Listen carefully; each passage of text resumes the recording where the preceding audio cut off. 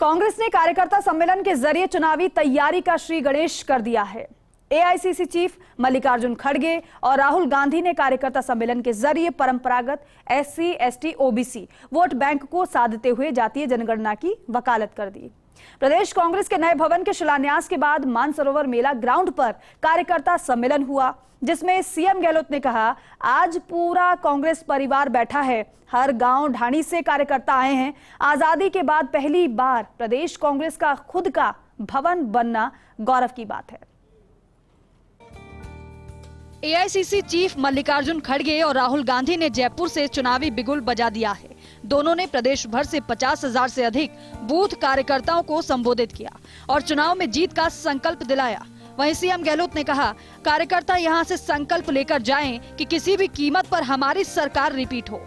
उन्होंने कहा, हमने वादे निभाए हैं, हम कहते हैं वो करते हैं। आज इंडिया गठबंधन से एनडीए की चूलें हिल गई हैं। कांग्रेस पार्टी के कार्यकर्ताओं ने राजस्थान की महिलाओं को 500 रुपए का गैस सिलेंडर दिलवाया है, ये भूलिए मत। 100 यूनिट मुफ्त इलेक्ट्रिसिटी बिजली आपने दी। इंदिरा रसोई में 8 रुपए के लिए खाना आप देते हो। यहां पर राजस्थान में भामशाह जैसे दानवीर और ये समर्पित वीरों का एक भूमि है और राजस्थान हमेशा वीरों के लिए और बलिदान के लिए बहुत ही मशहूर है। राजस्थान पहली बार देश के अंदर चर्चा में आ गया है। अपनी उपलब्धियों से हमने नए नए प्रयोग किए हैं, नए नए लोगों ने वादे किए निभाए हैं और मुझे गर्व कहते हुए कि जो आज राजस्थान जिस रूप में सामने आया है, आर्थिक विकास दर में हम लोग उत्तर भारत में नंबर 1 पे आ गए हैं, मुझे गर्व की बात है। राजस्थान प्रदेश कांग्रेस कमेटी का 4 मंजिला नए भवन की नींव रखी गई। आदरणीय खड़गे साहब और राहुल गांधी जी दोनों ने साथ आकर के राजस्थान के कार्यकर्ताओं के बीच में इस नए भवन की नींव रखी है। ये नए भवन की नींव ही नहीं है, ये राजस्थान में दोबारा 2023 में भारी बहुमत के साथ में कांग्रेस की विजय का ऐलान करने के लिए कांग्रेस के कार्यकर्ता यहां आए हैं। मैं धन्यवाद देना चाहता हूं खड़गे साहब का, राहुल गांधी जी का, कि आज उन्होंने एक नए इतिहास को जन्म दिया है। हमारी कांग्रेस पार्टी का एक नया दफ्तर बनने जा रहा है, जो पूरे प्रदेश में एक संचार होगा ताकत का, शक्ति का। लेकिन मैं आप लोगों को, क्योंकि आज हमारे कार्यकर्ता एक एक ब्लॉक से, एक एक जिले से यहाँ पर आए हैं, और खड़गे साहब, राहुल जी, जो उत्साह आज आपको दिख रहा है वो इस बात का प्रतीक है कि 2 महीने बाद जब वोट पड़ेगा तो 30 साल का इतिहास पलटकर कांग्रेस पार्टी की सरकार बनने जा रही है। ये सब लोग इस बात के गवाह हैं। कार्यकर्ता सम्मेलन में राहुल गांधी और मल्लिकार्जुन खड़गे ने एससी, एसटी, ओबीसी पर विशेष फोकस किया। दोनों के भाषण के केंद्र में जातिगत जनगणना का मुद्दा रहा। कांग्रेस नेताओं ने जनगणना की पुरजोर वकालत की और कास्ट सेंसस के जरिए राजस्थान के परंपरागत वोट साधने का प्रयास किया। मल्लिकार्जुन खड़गे ने तो यहाँ तक कह दिया कि बीजेपी के दिन आएंगे तो मनु के दिन फिर आएंगे। बीजेपी सत्ता में आई तो फिर गुलाम हो जाएंगे। मंच पर आदिवासी नेता मालवीय और दलित नेता गोविंद राम के भाषण कराए गए।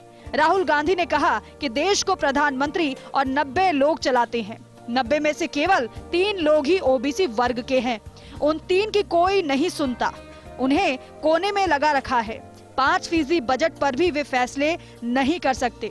इस देश में ओबीसी, दलित, आदिवासी कितने हैं, कौन से समाज के कितने लोग हैं, इस सवाल का जवाब केवल जातिगत जनगणना से मिल सकता है। महिला आरक्षण का हमने पूरा समर्थन किया है। राजीव गांधी जी पंचायती राज में महिला आरक्षण लाए थे। हमने बिल का सब पार्टियों ने, इंडिया ने, जो हमारा गठबंधन है, सब पार्टियों ने कहा हम इस बिल को पूरा समर्थन देते हैं। मगर इसमें हमारे 2-3 सवाल हैं, सवाल के जवाब दे दीजिए। पहला सवाल, इसमें ओबीसी महिलाओं के लिए रिजर्वेशन क्यों नहीं किया? अगर ऐसा ही हुआ तो पुराने दिन आएंगे, मनु के दिन आएंगे, और मनु के दिन अगर आ गए परमानेंटली आप गुलाम बन जाएंगे। आप गुलाम बने, क्या आप गुलाम बनना चाहते हो? नहीं। अगर गुलाम बनना नहीं चाहते हो तो कांग्रेस को वोट दो। अगर आप गुलाम बनना नहीं चाहते हो संविधान की रक्षा करो। अगर आप गुलाम नहीं बनना चाहते हो लोकतंत्र को बचाओ। आप गुलाम नहीं बनना चाहते हो एक दूसरे का सपोर्ट करो, आगे आओ, हम आपके साथ हैं। राहुल गांधी ने कांग्रेस कार्यकर्ताओं को बब्बर शेर बताया।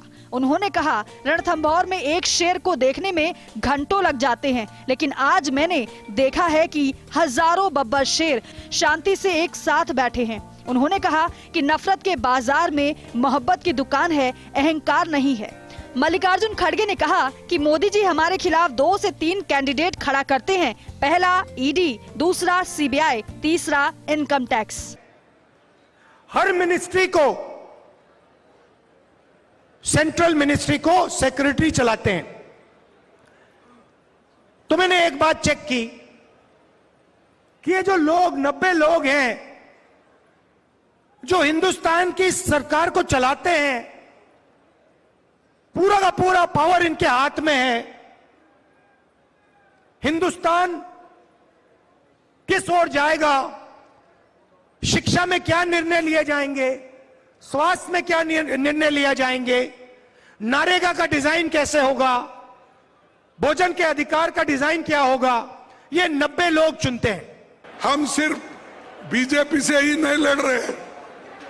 हमारी लड़ाई, हमारे पास अगर कांग्रेस का एक कैंडिडेट है, बीजेपी का एक कैंडिडेट हो, लेकिन यहां पर ऐसा नहीं है। मोदी जी क्या किए, हमारे खिलाफ 2-3 कैंडिडेट खड़ा करते हैं। एक तो बीजेपी का कैंडिडेट, दूसरा ईडी का कैंडिडेट, तीसरा सीबीआई का कैंडिडेट, चौथा इनकम टैक्स का कैंडिडेट। इतने कैंडिडेट हमारे खिलाफ खड़े करते हैं। इन सबको मात करके हमको जीतना है, क्योंकि जब चाहे तब वो सीबीआई लगा देंगे, ईडी लगा देंगे। गुड गवर्नेंस हुई राजस्थान के अंदर। पहली बार किसी सरकार के खिलाफ में कोई सरकार विरोधी लहर नहीं हो।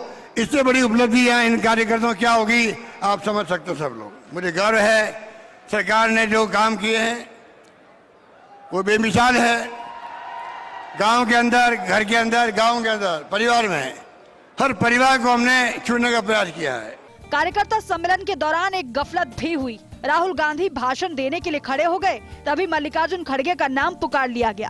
खड़गे ने मंच से कहा कि राहुल जी को विशेष तौर पर बुलाया गया है, मैं भी उन्हें सुनने आया हूं, मैं उनकी बात बोलूंगा।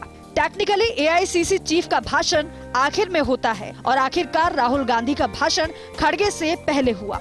राजस्थान की राजधानी जयपुर से कांग्रेस ने चुनावी रणभेरी फूंक दी है, बिगुल बजा दिया है मल्लिकार्जुन खड़गे और राहुल गांधी ने। और कार्यकर्ताओं को बब्बर शेर कहकर राहुल गांधी ने उनके अंदर जोश भरने का काम किया और ये कह दिया कि फिर राजस्थान में सरकार बनेगी। आज सबको पूरे जोश के साथ कांग्रेस के पक्ष में जुटना है और सरकार हाथ की बनाना है।